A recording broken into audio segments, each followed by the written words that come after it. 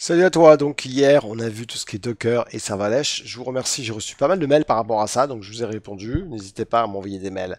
En tout cas aujourd'hui tu vas apprendre, ou vous allez apprendre, tutoie vous vraiment, quelque chose de très important, on en parle ensemble, enfin on en parle beaucoup, c'est tout ce qui est data science. Donc on verra ce que c'est que la science des données, on verra ce que c'est que l'IA, l'intelligence artificielle, le machine learning et le deep learning, très intéressant. Pareil, c'est les challenges aujourd'hui que tous les responsables informatiques ont en disant mais qu'est-ce que c'est, comment ça peut m'aider et ça peut vous aider énormément dans le business, dans la relation clientèle, dans plein de choses. C'est obligatoire aujourd'hui. Alors, on va d'abord en premier voir ce que c'est que la science de données. Alors, qu'est-ce que c'est que la science des données? On parle tout le temps de data science. C'est un ensemble de gourous que vous avez embauchés qui vont utiliser des outils de fou pour faire l'extraction de connaissances. D'accord? Donc l'extraction de connaissances, c'est que aujourd'hui vous avez plein de clients, vous avez des bases de données avec tous vos clients, et bien il va falloir tirer parti de tout ça pour pouvoir analyser, essayer d'apprendre votre business et que des systèmes intelligents vont vous dire, ben voilà, grâce à ce que je vous ai trouvé, vous allez pouvoir doubler par deux votre chiffre d'affaires, par exemple.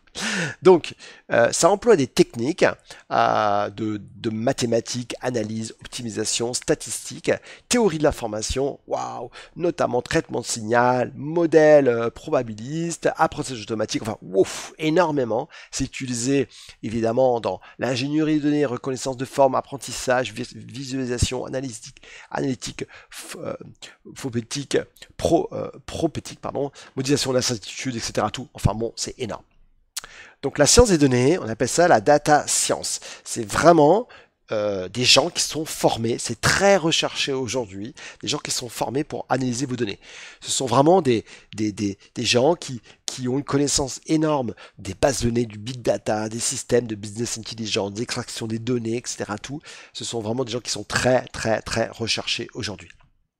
Alors, on va voir justement qu'est-ce qu'est le rôle d'un data engineer. C'est-à-dire que si vous demain, en tant que responsable informatique, vous devez employer quelqu'un, ou en tout cas si vous regardez cette vidéo et en vulgarisation vous dites ah tiens, waouh, ça c'est un domaine où je voudrais aller, eh bien je vais vous expliquer un petit peu quels sont ce type de profil. Après on va parler des analyses scientifiques. Alors eux c'est vraiment qu'ils vont transformer le plomb en or. Vous allez voir c'est super intéressant.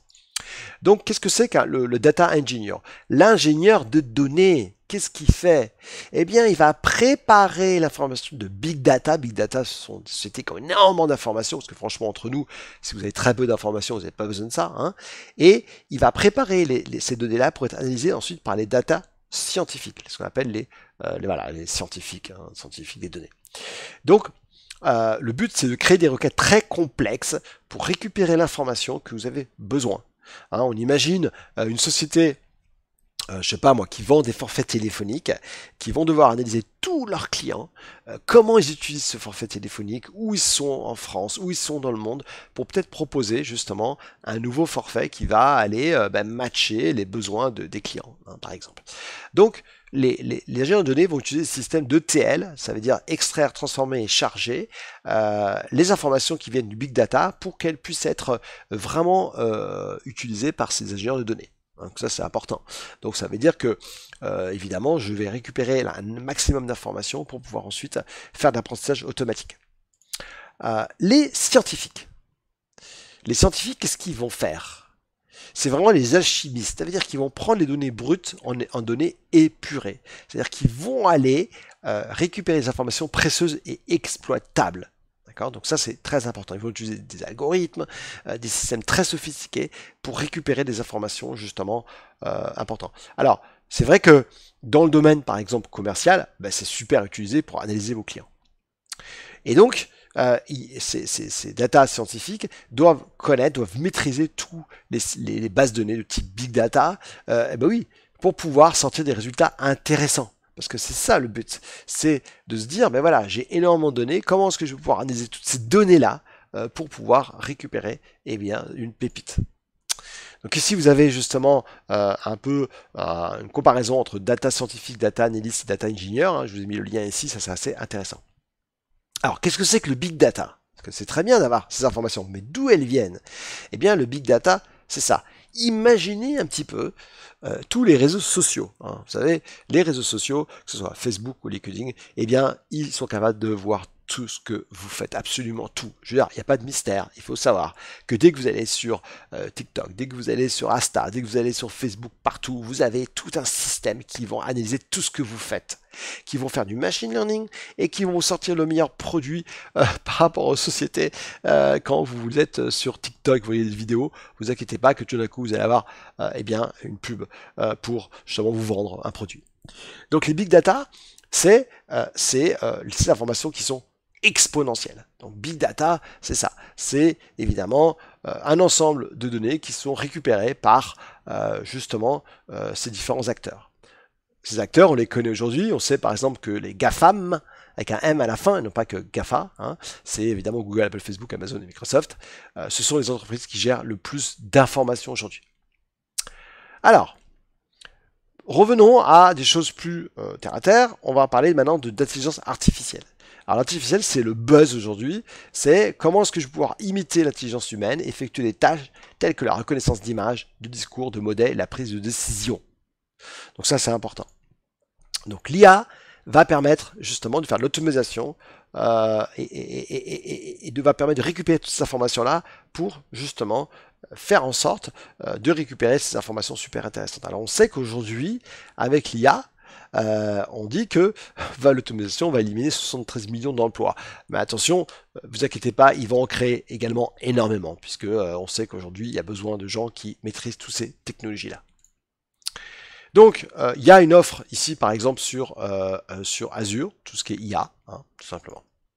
Donc, on a en intelligence artificielle des systèmes comme par exemple l'Argo. L'Argo, c'est une voiture qui va utiliser l'intelligence artificielle pour pouvoir se déplacer et prendre les bonnes décisions. Le machine learning, qu'est-ce que c'est? Le machine learning, c'est des algorithmes qui analysent des données, apprennent de ces données, puis appliquent ce qu'ils ont appris pour prendre des décisions éclairées. Donc le machine learning, lui, c'est un ensemble de choses qui va aller découvrir et qui va vous aider justement à prendre les bonnes décisions. Donc l'apprentissage automatique, c'est un sous-ensemble de l'IA hein, qui utilise notamment des réseaux de neurones, le traitement de langage naturel, l'apprentissage en profondeur. Donc c'est ça, hein, concrètement, le machine learning. Donc le machine learning, ça peut être par exemple un système sur les musiques à la demande. Donc ça veut dire que le système, dès qu'il va avoir des nouveaux artistes, va apprendre ce que vous faites, il va vous donner, va proposer des musiques en rapport à ce que vous avez pris. Donc c'est ça. Donc c'est un ensemble de systèmes qui vont vraiment utiliser donc un maximum d'apprentissage automatique. Alors qu'est-ce qu'on a par exemple chez Azure? On a par exemple des solutions qui s'appellent Anomaly Detection. Qu'est-ce qu'elle fait? Ça va surveiller les transactions par carte de crédit et détecter les modèles d'utilisation inhabituels qui indiquent une fraude. Ben voilà, ça c'est un système, voilà, ou un système de télémétrie de voitures de course qui utilise des capteurs pour avertir de manière proactive les ingénieurs de panne mécanique potentielle avant qu'elles ne surviennent. Ben voilà, c'est exactement ça. C'est vraiment Anomaly Detection. On a Computer Vision. Computer Vision, c'est une solution d'AI de reconnaissance d'image. Vous voyez, donc ici, je peux voir la différence entre un bus, une voiture, un cycliste. Donc ça veut dire que avec ces systèmes-là, l'IA va vous aider, les machine learning va vous aider en fait compte à justement pouvoir avoir des différences ici. Donc ça peut être par exemple analyser, interpréter les textes des documents, des emails, interpréter la langue parlée, synthétiser les réponses vocales, ce qu'on appelle le PNL, pardon, hein, le Natural Language Processing. Je suis passé de là à là d'un coup. Donc tout un ensemble qui va traduire automatiquement des phrases parlées ou écrites entre les langues, interpréter les commandes, déterminer les actions appropriées.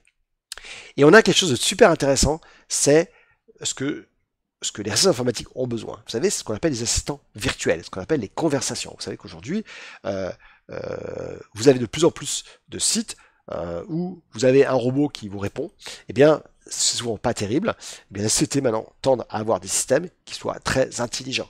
C'est-à-dire que, je sais pas, j'ai acheté un vélo, je vais sur un système de conversation, je dis où est ma commande, il va vous répondre, il va vous dire voilà, la commande va être livrée tel jour, j'ai besoin de changer une pièce détachée, etc. Tout. Donc voilà, tout le système de conversation.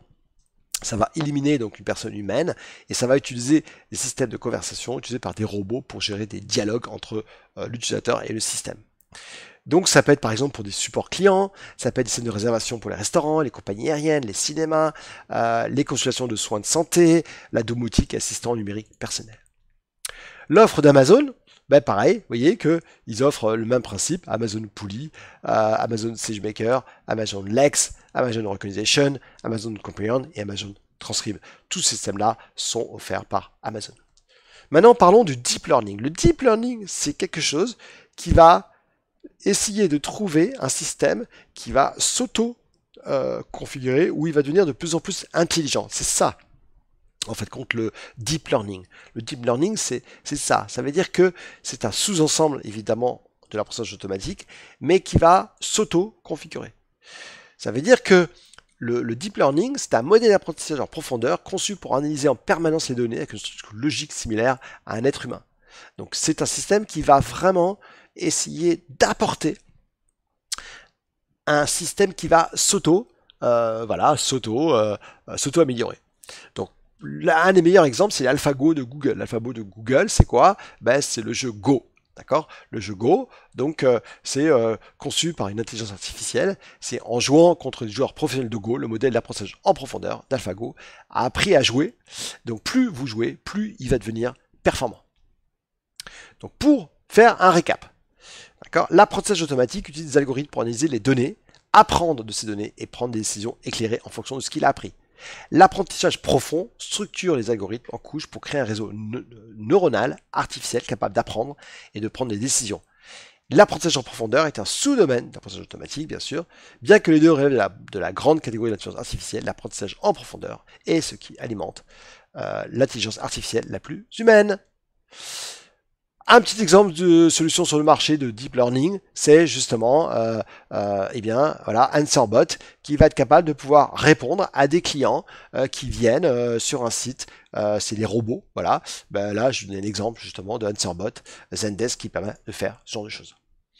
Résumé, machine learning, technologie d'intelligence artificielle, permettant aux ordinateurs d'apprendre sans avoir été programmés.